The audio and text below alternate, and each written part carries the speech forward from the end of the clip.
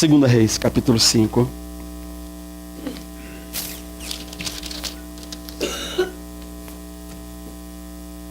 Segundo Reis, capítulo 5. Vamos ler alguns versículos a partir do primeiro versículo.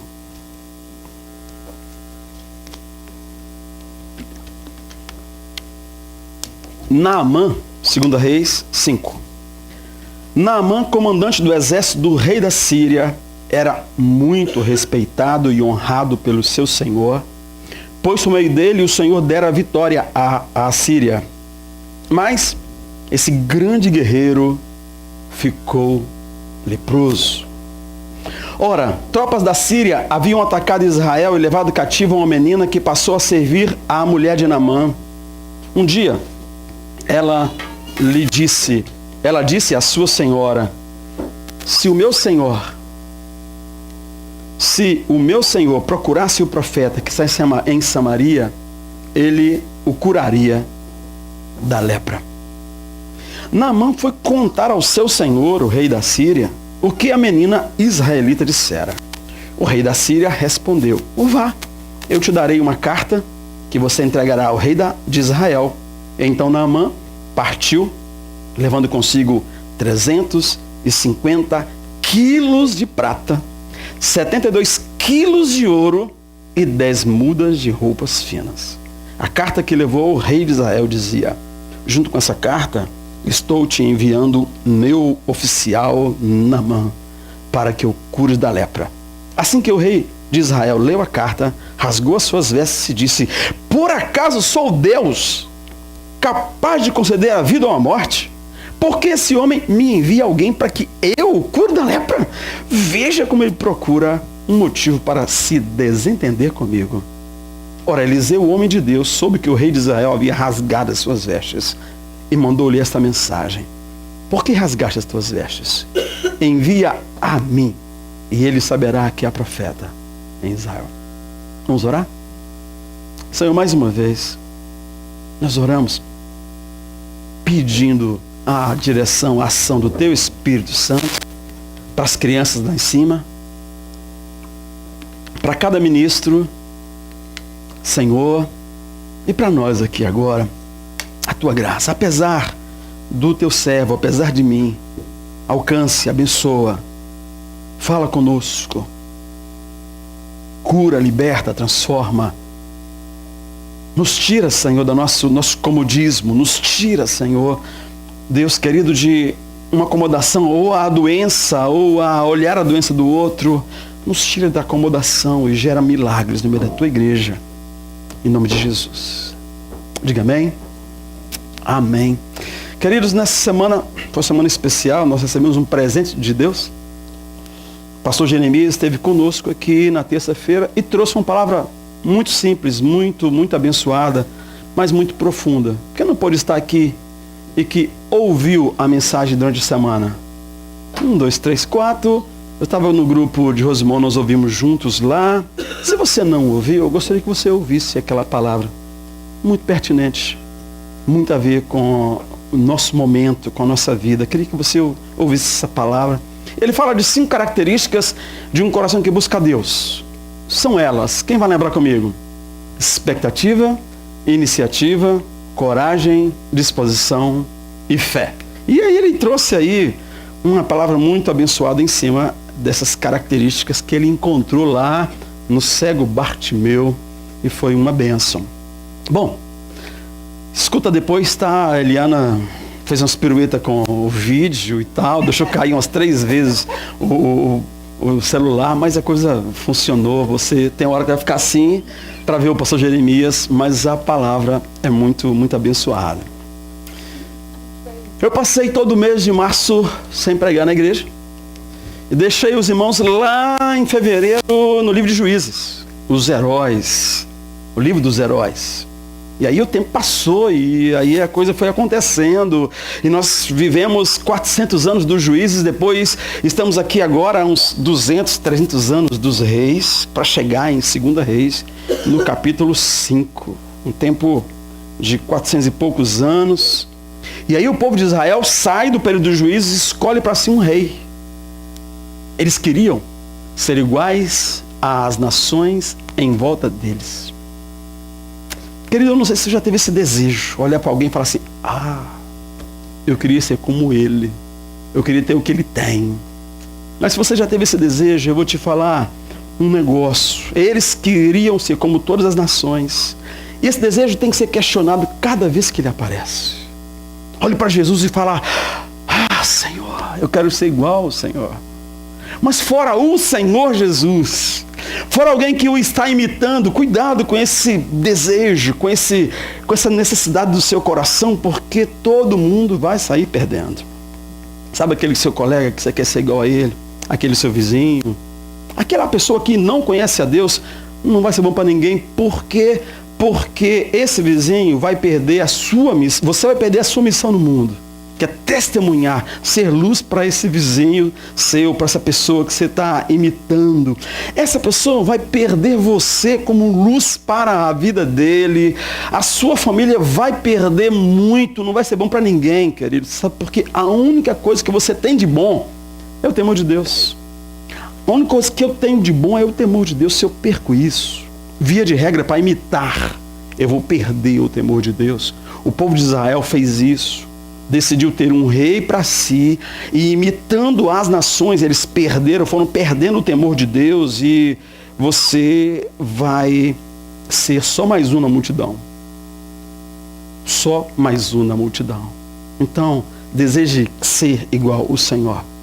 Os reis de Israel, saindo dos juízes, vieram os reis de Israel, eles poderiam até ser luz para as nações, poderiam até ser aquilo que Deus queria, instrumento de Deus para abençoar a humanidade, mas com raras exceções, e que se você for contar no dedo, vai sobrar dedo. Eles cumpriram o papel deles diante das nações, diante do povo de Israel. Porque eles estavam imitando as nações em volta, e eles queriam competir com os reis em volta, e por aí vai. Fizeram o contrário do que o Senhor ordenava. Obediência é uma palavra que não combina com realeza. Espera lá, eu sou o rei, como é que eu vou obedecer? Não combina esse negócio. Então, se eu sou o rei, eu vou mandar. E assim, esta coisa foi complicada, porque eles não entenderam que eram servos de Deus num posto de maior responsabilidade. É isso que você tem que entender, e eu também. Deus, às vezes, nos dá maior responsabilidade. Era o caso dos reis. E a quem mais é dado, mais é cobrado. E a quem mais é dado, mais o Senhor está perto ali, guardando, sustentando, orientando. Ainda hoje a palavra obediência não serve para os que se acham grandes. Então Deus levanta os profetas. E aí, eles eram boca de Deus. O Eterno falava através dos profetas, porque os reis se acharam grandes demais para servir a Deus. E nós vemos atrás o profeta Elias, o grande profeta Elias, e ele tem um histórico maravilhoso de vida com Deus, de história com Deus, tanto que ele não morreu. Deus o tomou para si, e o auxiliar, o discípulo, o ajudante dele, aquele que estava ali aprendendo com ele a agradar a Deus, pega a capa de Elias. Nós encontramos agora Eliseu, depois de um tempo amadurecendo, porque ninguém amadurece olhando a vida passar, amadurece agindo, construindo.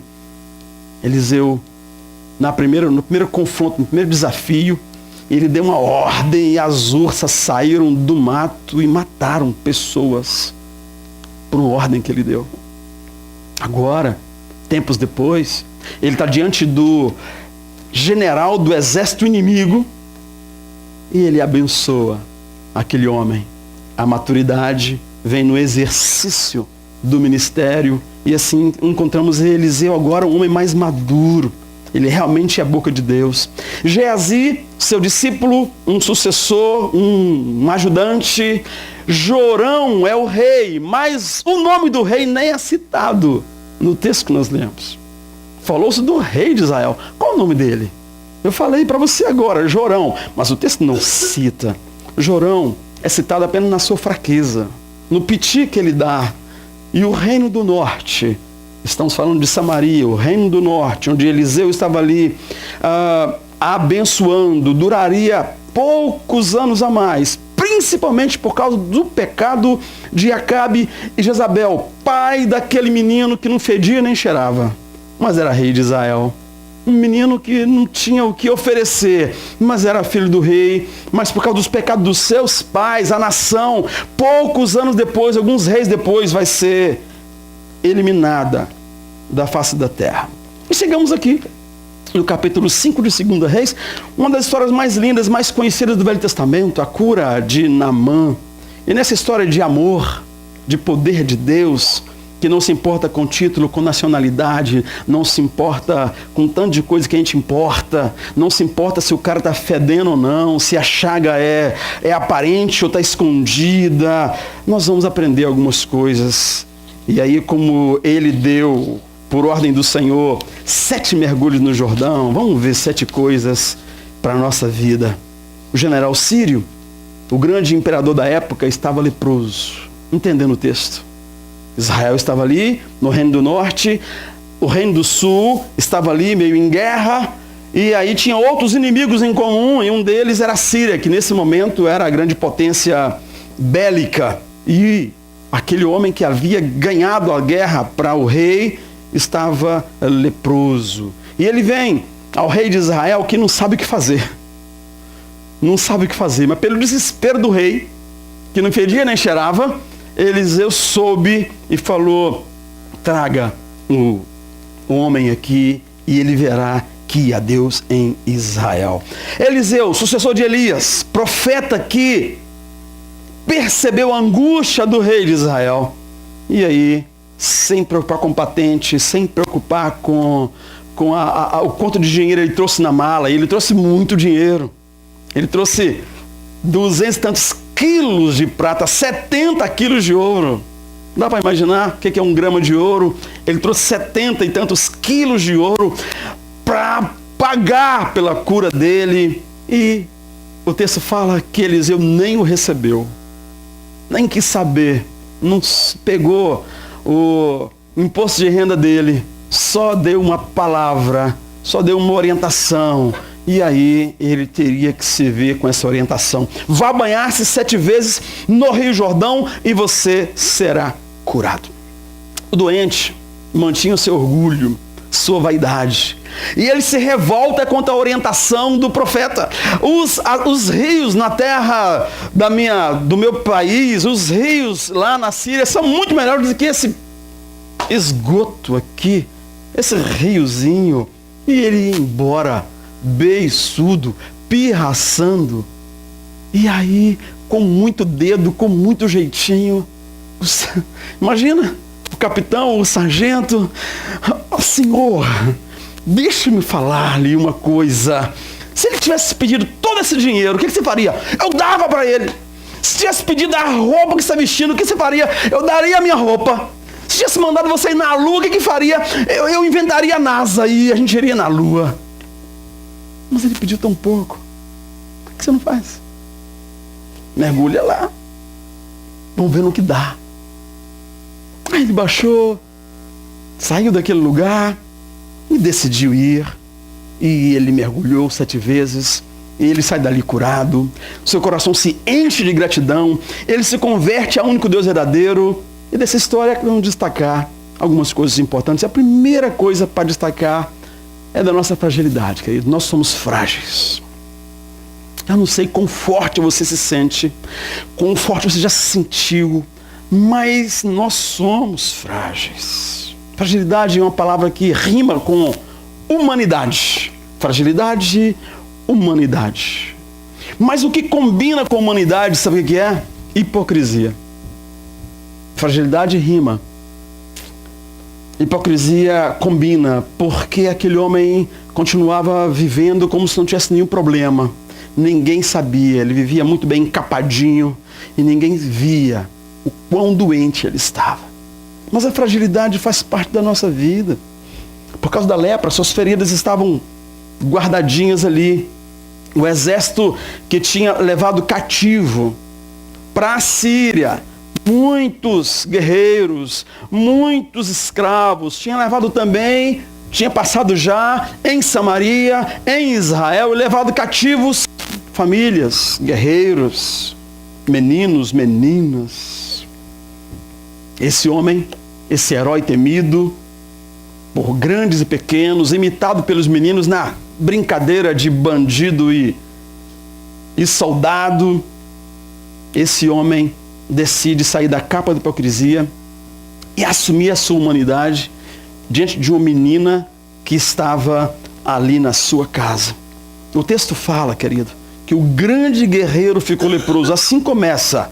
Mas esse grande guerreiro ficou leproso. Capítulo 5, versículo 1. Nada demais nisso, nessa frase, irmãos. Fala da nossa fragilidade. Nós somos seres humanos. Isso ou aquilo nos afeta.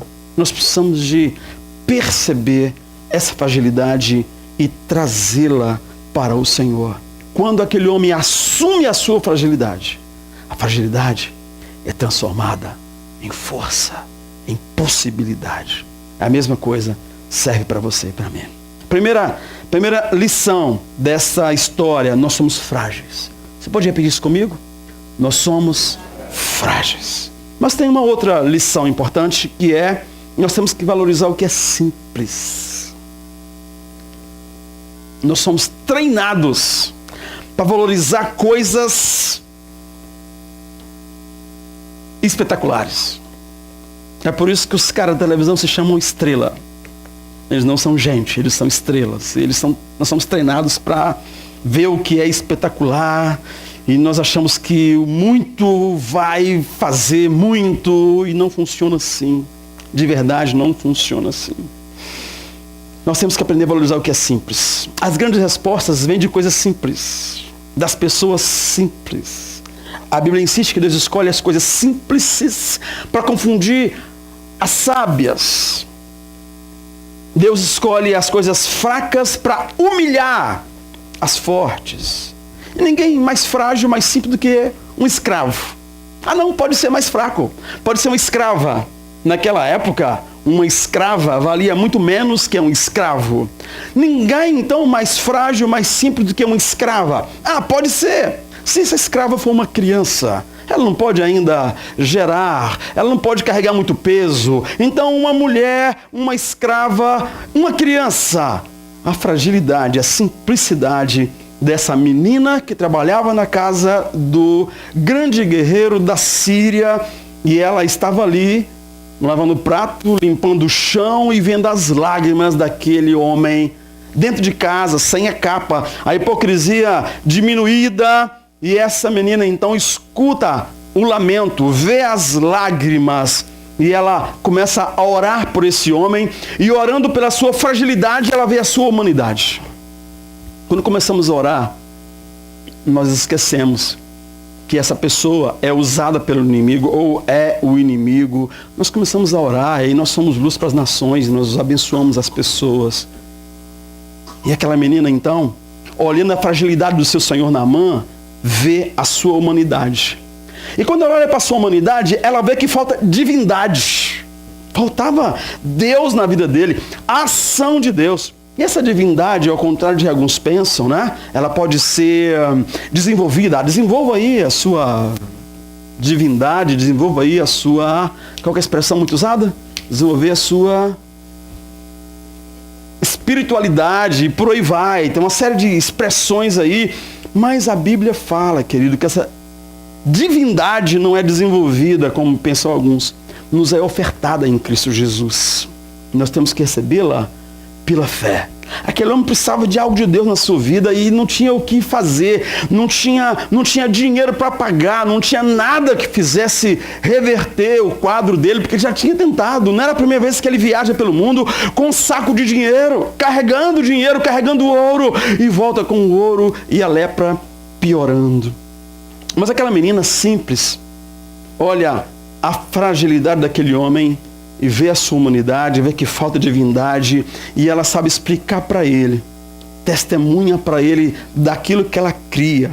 Ela sabia que na terra dela, que a fé que ela aprendeu, Deus tem poder para curar, e se ele buscasse, confessasse sua fraqueza, se submetesse ao Senhor, conhecesse o profeta, ele poderia ser curado. E eu aprendo uma coisa linda aqui, querido.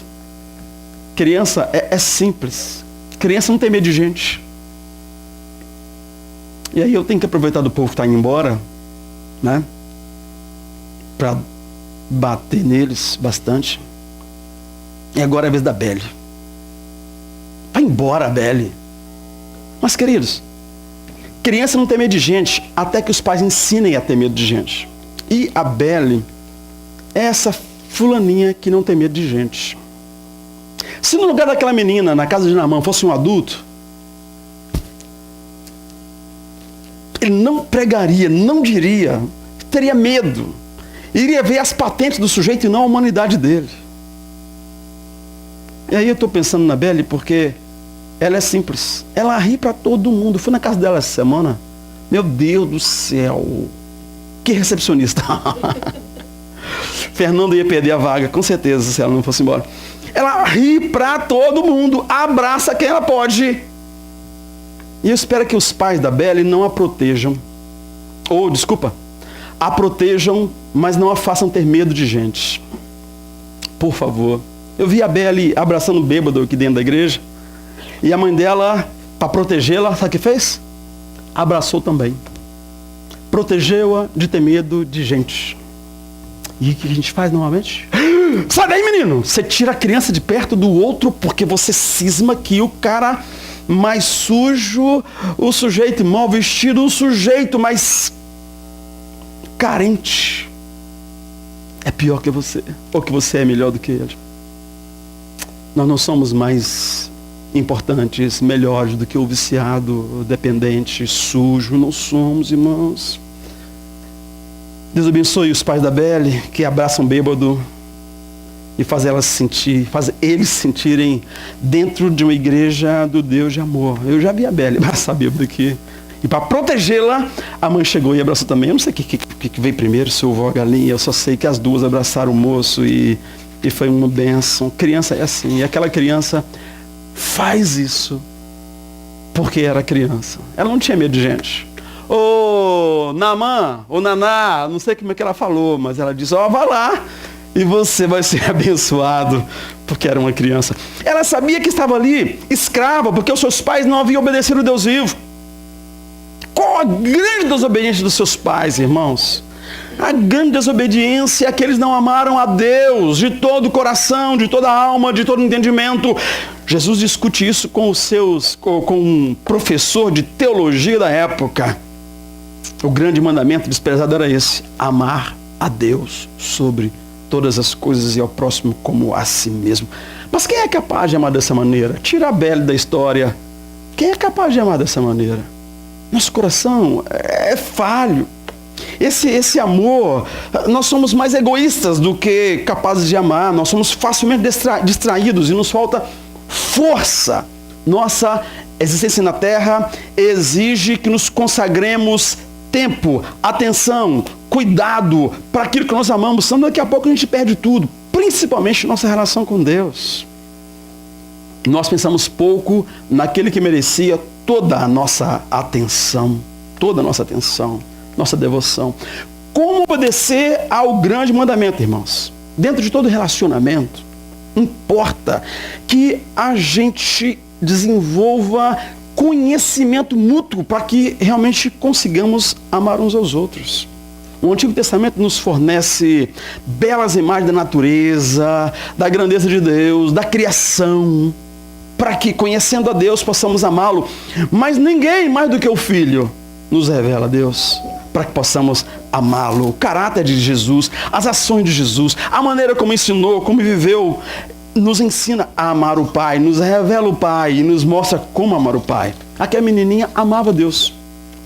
Os pais daquela menininha não ensinaram ela a ter medo de gente, ensinaram ela a amar a Deus, apesar da desobediência da nação, a ponto deles serem transportados para outro lugar. Aquela menininha conhecia a Deus. E aí, o grande general acredita na conversa da pequena menina, queridos, e o poderoso guerreiro aceita a orientação daquela criança e vai em busca da sua cura.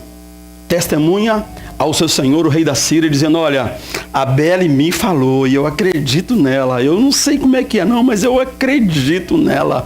Lá em Israel se o Senhor permitir de novo, pela 10ª comitiva, tentando a minha cura, se eu for lá, eu acredito que a menininha falou, no meu coração arde alguma coisa parecida com fé. E o rei falou, ok, vá em busca dessa experiência com o Deus de Israel, de mudança na sua vida. Na fala simples daquela menina, ele enxerga amor vivo, e ele se vê cheio de fé e ele caminha. Uma menina, mulher, escrava, simples, fraca, frágil.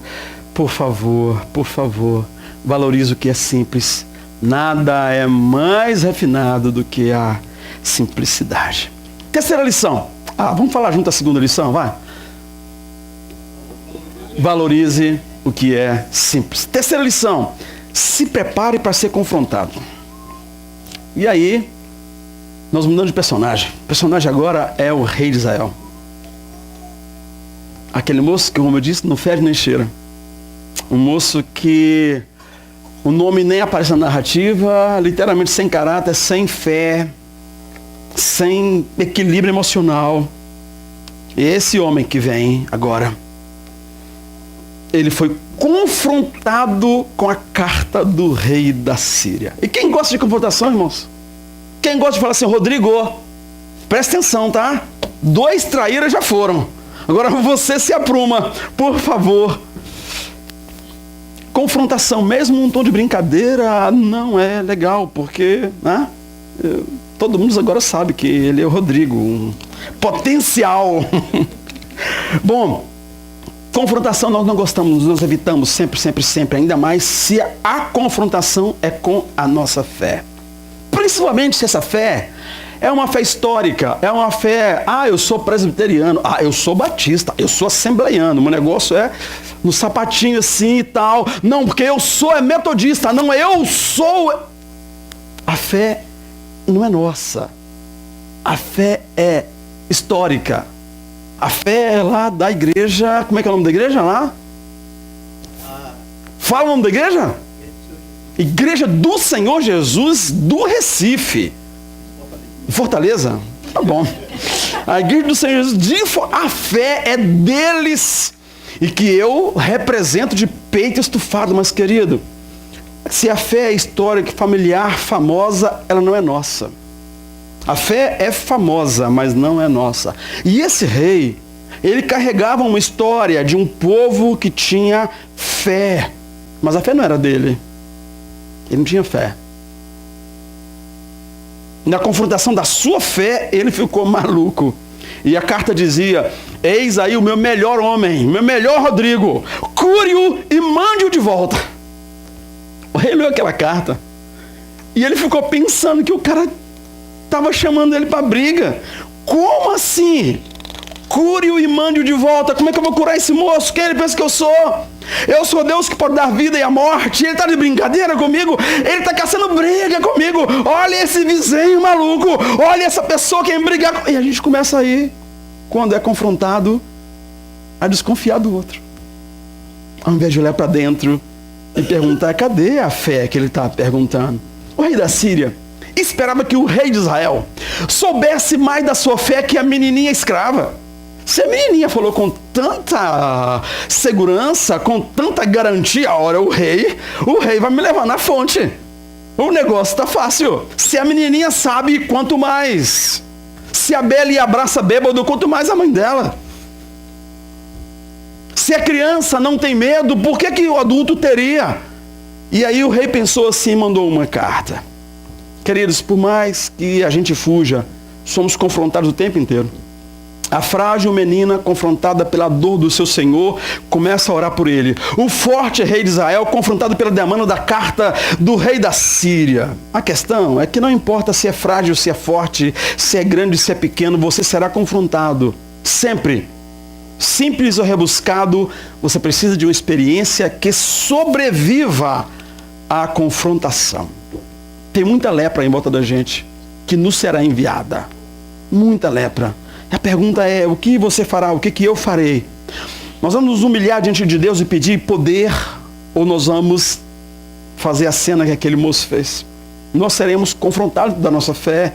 E aí não vale a fé dos seus pais, não vale a fé de uma denominação que você deixou lá atrás, ou deveria ter deixado para sermos aqui luz para as nações. Não vale, vale o dia a dia com Deus. Dizem que religião e futebol não se discute. Então, não discuta religião. Testemunho do poder do seu Deus. Testemunho da sua fé. Reaja à demanda do leproso, do bêbado, do vizinho, de quem confrontou a sua fé. Não discuta realmente. Conheça a Deus e o seu amor e você vai curá-los em nome do Senhor. Fala comigo, terceira lição.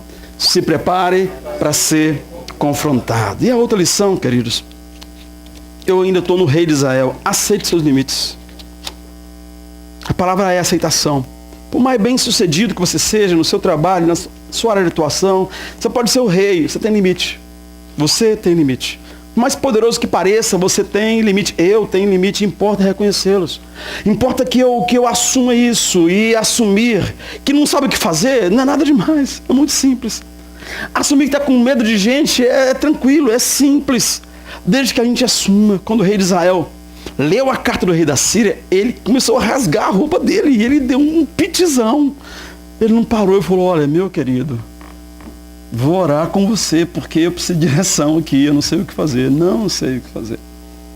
Ele não disse, não fez isso. Ele deu, e graças a Deus, o profeta Eliseu estava atento. O piti dele, assim, superou as portas do palácio e aí o profeta soube, mas ele deu um piti. Como é que o rei da Síria quer que eu cure esse homem?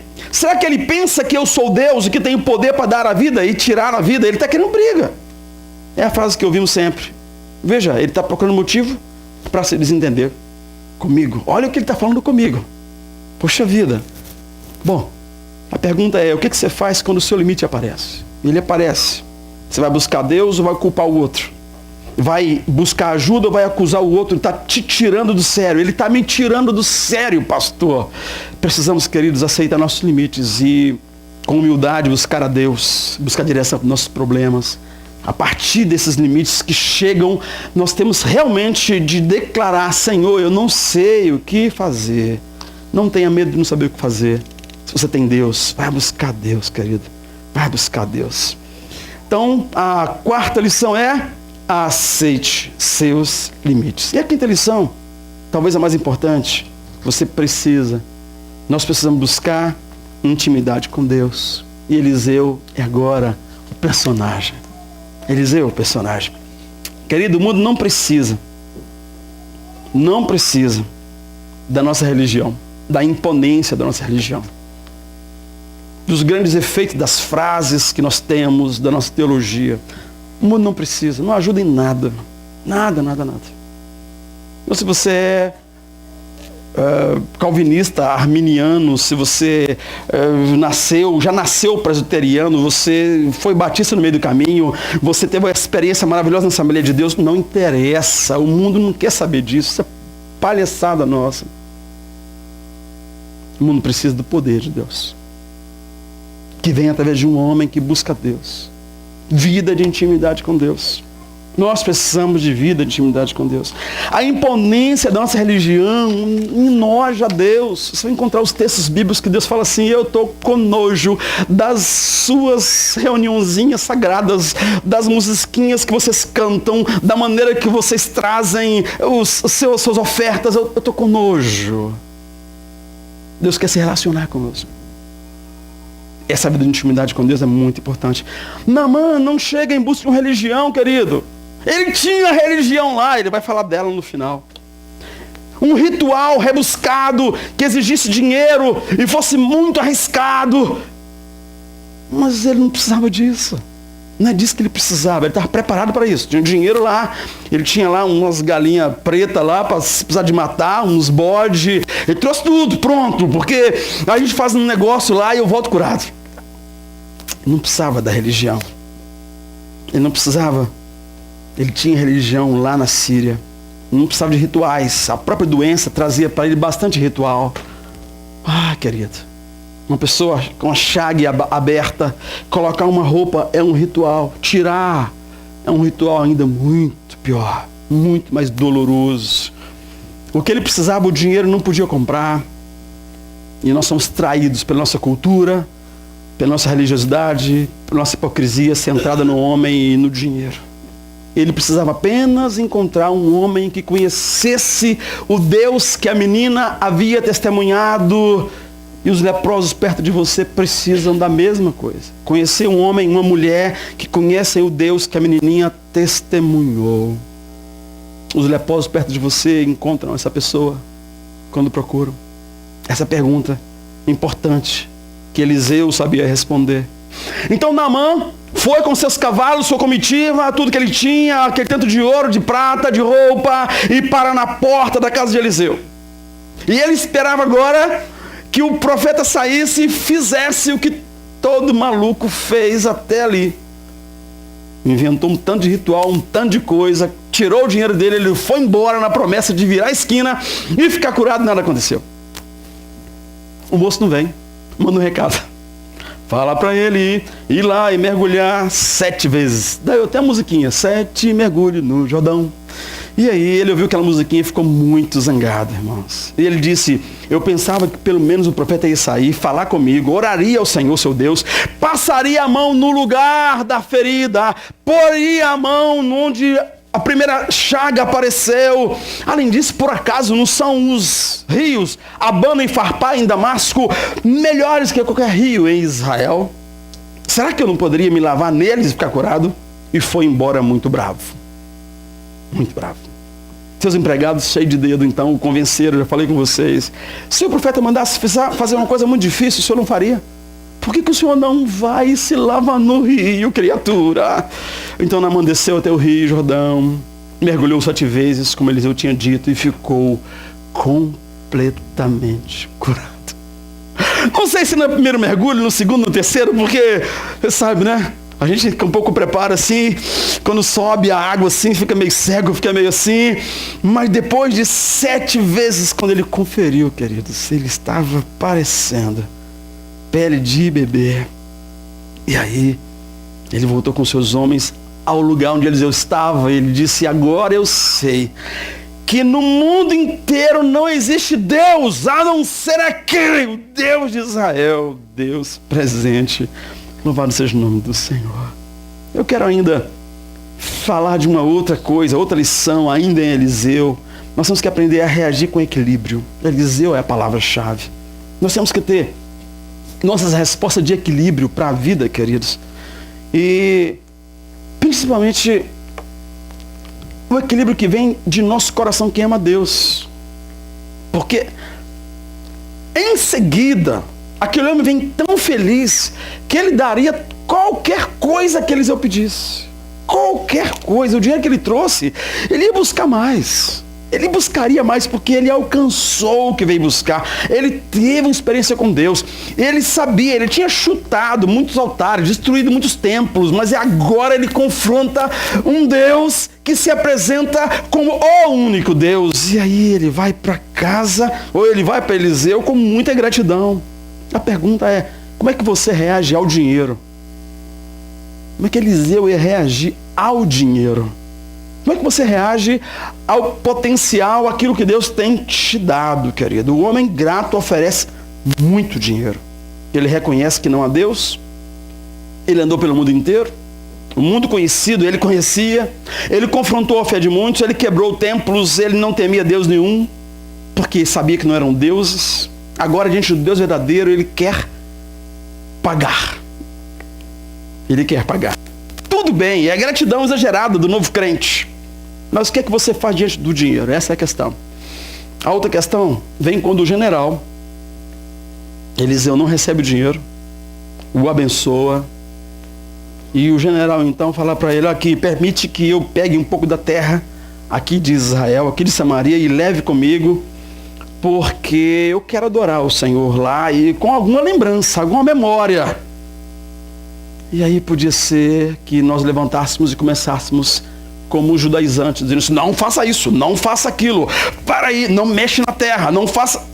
E o moço queria adorar a Deus, dá licença. De novo nós, com a nossa religiosidade, clássica, famosa, abateríamos a alegria daquele moço na adoração. Mas aí ele pega os carrinhos de terra e vai levando, mas ele lembra de outra coisa e volta atrás e fala: Senhor, permita-me falar uma coisa que está aqui no meu coração. Tem religião na minha terra. E eu sou o segundo homem da nação. E o rei vai todo dia, sei lá, de 3 em 3 dias, no templo adorar um falso deus, uma estátua lá. Eu sei que é só uma estátua, agora eu sei. Mas eu tenho que ir com ele, o rei é fraquinho e ele vai amparado no meu braço. O que eu faço com isso? O equilíbrio daquele homem me encanta. Sabe o que ele fala? Vá em paz, meu irmão. Abençoa o seu rei. Entra com ele. Mas você sabe que existe Deus. Quem é Deus? Onde você vai encontrar Deus? Vá testemunhar de Deus. Ele age com equilíbrio diante do dinheiro. Age com equilíbrio diante da possibilidade de dominação religiosa que ele poderia fazer em cima daquele homem. Isso realmente me encanta. Naamã disse: então, já que o Senhor não aceita meus presentes, me deixe levar 2 mulas carregadas de terra, e eu não vou mais oferecer sacrifícios e ofertas. Ele disse apenas: adeus, boa viagem. Equilíbrio. Aquele homem estava começando a conhecer a Deus. O profeta não metralhou com a rigidez da religião. Ele nos dá esses 2 exemplos de equilíbrio. E isso é maravilhoso. Tem gente que morre se a sua religiosidade não for atendida. O culto foi assim, mas faltou aquilo. Faltou na cabeça do religioso. Foi assim, mas podia. Faltou na sua cabeça, meu irmão. E Eliseu, então, não mata o moço. Não mata por causa do dinheiro, não mata por causa da religião. Religiosidade não é amor a Deus. Equilíbrio é a resposta que nós temos que buscar de Deus continuamente. Diga amém. Última história. Último personagem. Encare a verdade no seu coração. A palavra-chave é sinceridade, verdade. E o personagem é Geazi, um menino que tinha uma oportunidade de pegar a capa que pertenceu a Elias, estava na mão de Eliseu, ele estaria ali sendo treinado, trabalhando. Um dia ele seria esse homem com aquele poder de Deus, mas o jovem Geazi usa mentira para trazer o dinheiro de Naamã para a sua vida. Nós temos que encarar a verdade no nosso coração, irmãos. Naamã, o cara de pau, ele correu atrás de Naamã, parou a comitiva e falou assim: meu senhor Eliseu, aconteceu lá um negócio assim, você precisa de ver, obra do acaso. Chegaram 2 profetas da escola de profetas lá de sei de onde, e eles chegaram com algumas dificuldades financeiras. Então Eliseu falou: corre atrás do moço e pega lá uns negocinhos, uns mudinhos de roupa, uns quilinhos de ouro, um pouquinho de prata, para a gente ajudar os meninos. Mas era mentira, queridos. Era mentira. E aí, o rei falou: por favor, ele pediu 30, leva 60 quilos de prata. Meu irmão, onde está o teu tesouro, aí está o seu coração. Nos diz Mateus, capítulo 6, versículo 21. Eliseu fala com ele depois, numa confrontação, dizendo: essa não era a ocasião para você aceitar dinheiro, roupas, plantações de oliveira, de uva, ovelha, gado, empregado, empregada. Não era a hora de testemunhar do poder de Deus. Portanto, a doença que Naamã tinha vai pegar em você e os seus descendentes a terão para sempre. Quando saiu dali, Geazi tinha pegado a doença e sua pele estava branca como a neve. Peraí, pastor. Então ele favorece o moço e enrijece com o menino. Queridos, são 2 situações diferentes. Ele estava testemunhando para um neófito. Aqui é um discípulo, como você e eu. Tem coisa que na sua vida e na minha vida não dá para negociar mais. Não pode negociar mais. Os seus filhos não vão entender quando você negocia umas coisinhas. Não faz sentido para você, Geazi, tá aí brincando com o dinheiro, com essas coisas, com a verdade, com a mentira. Não faz sentido. O moço estava ali começando, descobrindo Deus. O problema, querido, Geazi não enfrentou a verdade do próprio coração. Nós temos que encarar a verdade do nosso coração, confessar nosso pecado, orar uns pelos outros, senão seremos dominados por esse pecado. Tinha um pecado no coração dele que ele não fez isso. O pecado dominou-o. Qual que é a verdade do coração de Geazi? Cobiça, insubmissão, a falta de parceria, a sensação de que era mais esperto do que os outros, que poderia passar os outros para trás. Coisa que Geazi deveria trazer para o altar do Senhor. Deveria encarar essas verdades, confessá-las, tratar, abandonar. O salário do pecado é a lepra. A lepra simboliza a morte. O salário do pecado é a morte, nos adverte o apóstolo Paulo. Nós vamos prestar contas a Deus, queridos. Precisamos andar em sinceridade, precisamos converter nosso coração todo o tempo. Precisamos evitar a mentira e falar a verdade a todo custo. Essas palavras, fragilidade, simplicidade, confrontação, aceitação, vida com Deus, sinceridade em lugar da verdade. Você quer ser bênção na vida dos leprosos perto de você?